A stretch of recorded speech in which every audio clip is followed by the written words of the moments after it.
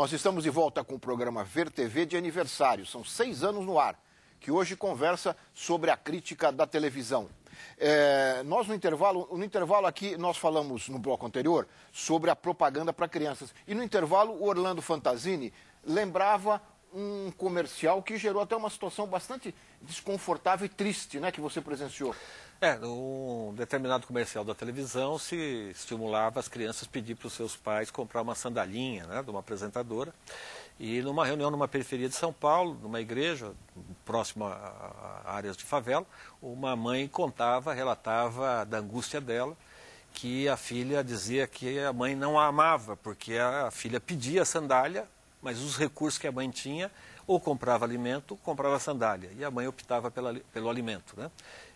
Mas a filha, inconformada, dizia que ela não era amada pela mãe, porque a mãe não dava a sandalinha dessa apresentadora de programa, e ela não tinha as condições financeiras para tal. Então, são relatos... É por isso que em vários países é proibida a propaganda diretamente para a criança. A propaganda pode até ser feita, mas tem que ser feita para o pai. No horário para adulto. Para adulto. Quem tem que decidir o que é bom ou o que é ruim, né? Não é ainda a criança que tem 2, 3 anos de idade que vai decidir se aquele produto é indispensável ou não para a sua vida. Mas os seus pais, sim, têm a responsabilidade de tomar essa decisão. E confunde um pouco propaganda, não tem clareza. Pesquisas mostram que alguns, até 12 anos, não tem clareza entre o que é ficção e o que é realidade. Isso. O que é propaganda, o que é dramaturgia. Né? E o problema também da merchandise, né, que entra no meio da própria novela. Agora, né, você vê assim, a propaganda, o merchandise de determinados produtos, né, e assim por diante. Olha, o Ver TV, durante esses 6 anos, praticamente em todos os anos, discutiu a presença do negro na televisão brasileira. O tema é um tema bastante delicado, né, porque em alguns momentos o negro é apresentado de uma forma subalterna. Isso cria uma série de problemas, inclusive para as crianças negras que não se veem representadas corretamente, né, na televisão, criando problemas até de autoestima. Um dos participantes do Ver TV, que discutiu no Ver TV a questão do negro na televisão, foi o apresentador e vereador aqui em São Paulo, Netinho de Paula. Vamos ouvir o depoimento do Netinho. Eu queria também depois ouvi-los sobre essa questão, não só do negro, mas do índio, né, da mulher, né, que aparece em determinados momentos muito estereotipada na televisão. Vamos ouvir o Netinho. Muitas vezes a ousadia, ela é tida como um abuso. O negão tá abusando, aí já é muito, né? Ah, não, querer ter um programa dele... Aí já é muito. Ele pode até participar, né? Tanto que no meu caso, eu faço sempre questão de lembrar isso, não aconteceu nenhuma vez em função do meu talento, o diretor artístico chegar e falar assim, vem cá, você não gostaria de ter um programa aqui? Então, a gente te contrata e tal, vem pra cá. Não. Você teve que batalhar. Nunca foi assim. Eu já sabia, eu entendi como é que funcionava um pouco a coisa. Fui atrás, primeiro, de uma viabilidade econômica e de pessoas que compactuavam com aquela ideia e com o segmento que eu ia atuar, que era o segmento de varejo, e compramos o horário. Então, após a compra do horário e o sucesso da audiência, aí eu virei contratado. Né? Ou seja, até o processo, pra gente, é mais difícil. E ele volta à televisão agora da mesma forma, está voltando da mesma forma, comprando horário numa rede de televisão para apresentar o programa. Mas o Netinho posso dizer, um privilegiado, né? Porque conseguiu esse acesso. Agora, a grande maioria tem muita dificuldade. O Joelzito Araújo tem um livro que é clássico sobre o negro na televisão brasileira. Você podia falar um pouquinho sobre isso? Sim, é uma pesquisa bem interessante que também culminou num documentário, A Negação do Brasil. A Negação do Brasil. O Negro na Telenovela, né, que é um estudo bastante importante sobre as representações que se fazem do negro no âmbito da telenovela, né? E aponta para uma questão que é bastante importante da gente pensar, né? Já que a programação televisiva, né, ela é feita pelas próprias emissoras, você não tem, como em outros contextos, espaço para produção independente, ela é de alguma forma unificada, pensada.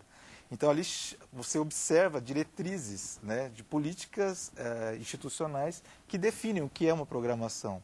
E fica claro que num país multicultural como o país, a TV ela ainda não é multicultural, né? E ela nega essa presença. Eu acho que o lugar do negro ele ainda não é devidamente ocupado. Você tem hoje o Lázaro Ramos e a Thaís Araújo como os únicos atores negros, como se fosse cumprindo a cota. Exatamente. E não é a realidade das ruas, não é a realidade do país. Mas isso cabe também para outras etnias, né? Para o índio, para os próprios asiáticos que estão aí, né, no país. E essa ideia, né, da representação, que no Brasil ela é muito conservadora, isso vale também para a questão do gênero e da sexualidade, né? Uhum. Basta você pensar como há uma resistência de colocar um beijo entre 2 homens e 2 mulheres. Né? Então, há uma programação muito conservadora na televisão brasileira e isso é, em parte, na minha opinião, né, pelas políticas institucionais das emissoras, né? O debate não é feito, porque nós não temos uma regulação. E também, se nós tivéssemos mais espaço para produção independente, nós teríamos uma programação mais diversificada, porque você teria a possibilidade de olhar novos olhares, novas e outras narrativas poderiam ser contadas. E para o próprio mercado, né? Você abrindo o mercado de trabalho para diretores, produtores, jornalistas. Exatamente. Porque eu fico sempre com uma questão, né? Eu dou aula no curso de comunicação social, eu formo gente que quer ser realizador e que também quer trabalhar na televisão, né? Agora, a Unicamp e a USP são universidades públicas que formam esse tipo de profissional e não faz muito sentido você formar um profissional para atender a uma demanda que vem da emissora, de outras emissoras. Eu acho que faz sentido a gente pensar numa diversificação da programação. Inclusive para inovação, formato, sim, exatamente, conteúdo. Exatamente. O Gilberto falou um pouco sobre a programação e a falta de diversidade. E eu fico incomodado, viu, Orlando, Marlene, com a expressão, não, mas não precisa regular porque o melhor controle é o controle remoto. Ele falou exatamente isso, quer dizer, por que adianta o controle remoto se você muda para ver a mesma coisa? Não foi, né? As programações são muito semelhantes, né? Esse discurso é um discurso extremamente da desinformação. Né? Do controle remoto. Do controle remoto, impossível, né? Porque alguém que faça um discurso do controle remoto ou desconhece o que é os meios de comunicação, né? Ou está de má fé. Né? Porque não é verdade que o melhor controle é o controle. O melhor controle é o controle social. Né? Tanto está aí que o Ocidente luta aí no Oriente para que tenha democracia. Por que é a democracia? Controle social, né? Sobre os poderes e tudo mais, né? Então, é um discurso extremamente atrasado, arcaico, ou é discurso das emissoras de televisão que diz, olha, quem quiser, acesse o controle remoto. Mas eu quero pegar o gancho do Netinho para a gente lembrar algum episódio também que é interessante da campanha, né? Não sei se você se recorda, Lalo, uma das emissoras tinha um programa religioso e que satanizava as religiões afrodescendentes. Isso, é verdade. Né? Ou seja, tudo que é vinculado à raça negra é negativo, né? E o absurdo que nós temos nas emissoras de televisão, horários comprados por denominações religiosas ou emissoras, né, controladas por confissões religiosas.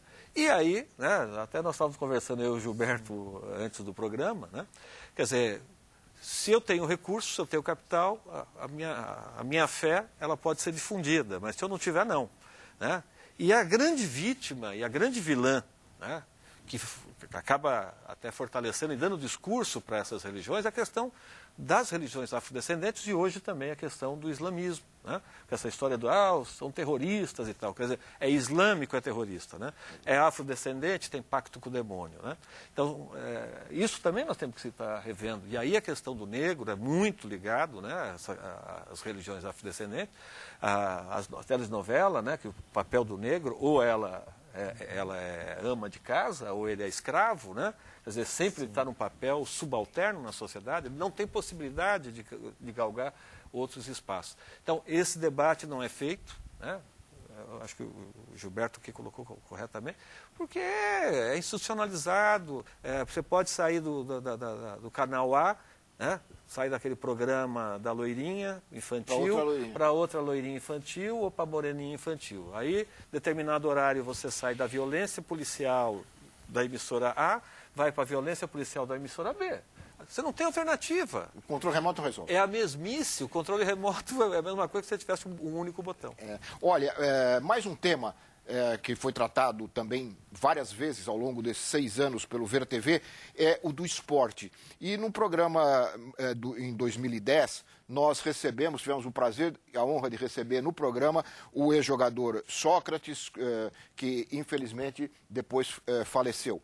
O Sócrates tem também uma visão bastante crítica, não só sobre a cobertura esportiva, mas sobre o papel da televisão em geral. Vamos recordar esse depoimento que o Sócrates deu no programa Ver TV. É interessante que você vê o papel da televisão. Ela vende o sonho de consumo. Vende poder, vende dinheiro, vende sucesso. Beleza, mas não vende educação. Se você vende esporte, você tem que vender educação também. Claro, Se você vende o sonho do moleque ter uma vida diferente daquela que ele tem hoje, você tem que vender educação. Inclusive para quem é ídolo desse garoto. Exatamente. Por que os nossos ídolos não estudam? Ídolos de futebol. Eles são um exemplo péssimo para a sociedade. Saem da escola rapidamente, né? Abandonam. A estrutura, o sistema todo estimula que eles saiam da escola. Por que o Estado brasileiro não age em cima disso? Porque isso é fundamental para você mudar a realidade do país lá para frente. Porque a criança que nasce numa situação social precária hoje, o único sonho dele é jogar futebol, para sair daquele buraco. E se o ídolo dele não estudou, ele não vai estudar também. Claro, é a referência que ele tem. É um círculo vicioso que a gente não vai sair do buraco. A gente não vai sair, enquanto sociedade. E a televisão tem um papel decisivo nisso. Ela tem que ter compromisso com a nação. Pode até ter seus interesses comerciais, mas tem que ter compromisso com a nação. Aliás, toda TV é uma concessão do Estado. Claro. O Sócrates toca numa questão que é interessante. O Neymar, né? A gente pode acompanhar pela televisão, acho que desde a hora que ele acorda até a hora que ele vai dormir, sabe tudo que ele faz, quem são as namoradas, quem não são as namoradas. Eu nunca ouvi na televisão alguma referência à escola em que o Neymar estudou. Isso que o Sócrates falou agora. Né? Ou se por que ele parou de estudar? Os jogadores de futebol não estudam, eles começam a jogar com profissional com 15, 16 anos, não vão para a escola. Eu não vi nunca a televisão tocar nesse assunto e eu acho que o Sócrates foi muito feliz ao lembrar esse tema, que é um tema também esquecido. Mas também a questão, eu acho que o Orlando até comentava isso, a questão das coberturas esportivas. Como é que você também tem uma opinião a respeito? Não, eu acho absurdo, né, que uma emissora ela possa ter uma exclusividade, cerceando o direito, né, de que o conjunto da sociedade possa também ter acesso à informação, porque o esporte é algo muito forte na cultura brasileira, né? Quer dizer, então você não permite, não possibilita que setores da sociedade, ou parcela da população tenha acesso a eventos esportivos porque você tem um monopólio de uma única emissora. Quer dizer, isso também é um absurdo, quer dizer, isso é falta de um controle, né? Quer dizer, o fato de que você só pode ter acesso a determinados eventos esportivos se for por aquela emissora. Por aquela emissora. Caso contrário, você está fora. E Marilena, em relação à educação, a televisão e a educação, como é que você vê esse comentário do Sócrates? Quer dizer, a importância, né, de você ressaltar o aspecto positivo da educação, da escolarização, né? Eu acho que hoje no Brasil a gente tem, na verdade, 2 grandes segmentos, né, que são os canais abertos e os canais a cabo.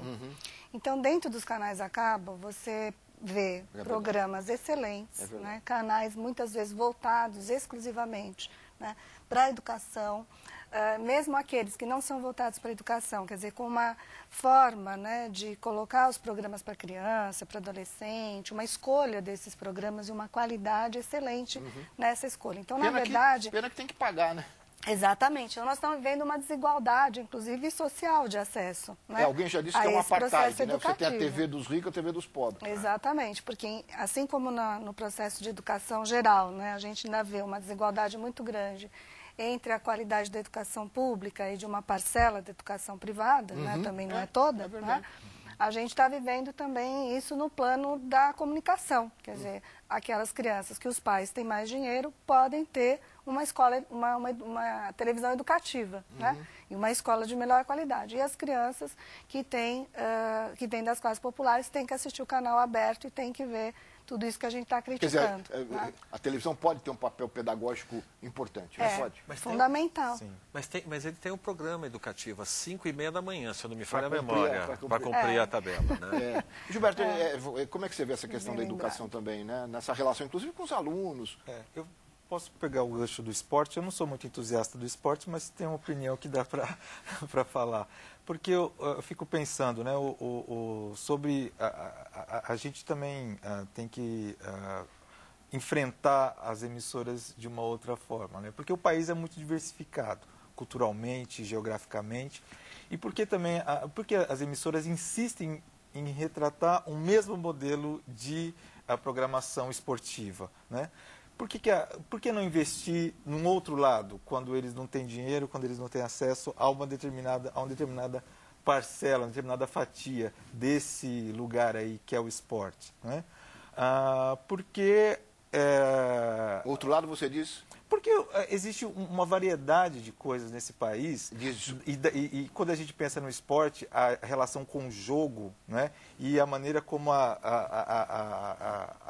as várias regiões, as várias culturas, elas se relacionam, elas promovem. Isso eu estou falando porque eu tive um caso de alunos que estavam querendo fazer um modelo de programa esportivo que era basicamente global, né? E eu falei, vamos pensar o esporte de uma maneira diferente, vamos pensar o esporte no âmbito da cultura. E aí eles começaram a ver as várias possibilidades que tinham e as pessoas... Quanta coisa existe, exatamente, né? No cotidiano, as pessoas, elas lidam com o esporte e com o jogo de uma maneira muito criativa e que não está na televisão, porque os programadores não têm interesse nesse tipo de veiculação. Gilberto, né? Muito obrigado. Gilberto, olha, nós estamos chegando ao final do programa, eu vou ter que interromper, eu acho que a gente pode voltar, talvez daqui a um ano, né? No 7º aniversário do VerTV, para ver se as coisas melhoraram. Eu espero que tenham melhorado. Orlando, muito obrigado, Orlando. Eu que agradeço, Lalo. Marlene, muito obrigado. Muito obrigada. Gilberto, muito obrigado. Nós estamos chegando ao final de mais um VerTV. Eu quero agradecer, além de agradecer aqui aos convidados, lembrar que todos podem participar do programa enviando críticas, sugestões e comentários para o nosso endereço eletrônico, tvbrasil.org.br, ou nos acompanhando pelo Twitter. É cada vez maior o número de seguidores do VerTV no Twitter, @programa VerTV. Muito obrigado e até a semana que vem com mais um VerTV, um programa para quem gosta de televisão. Até lá.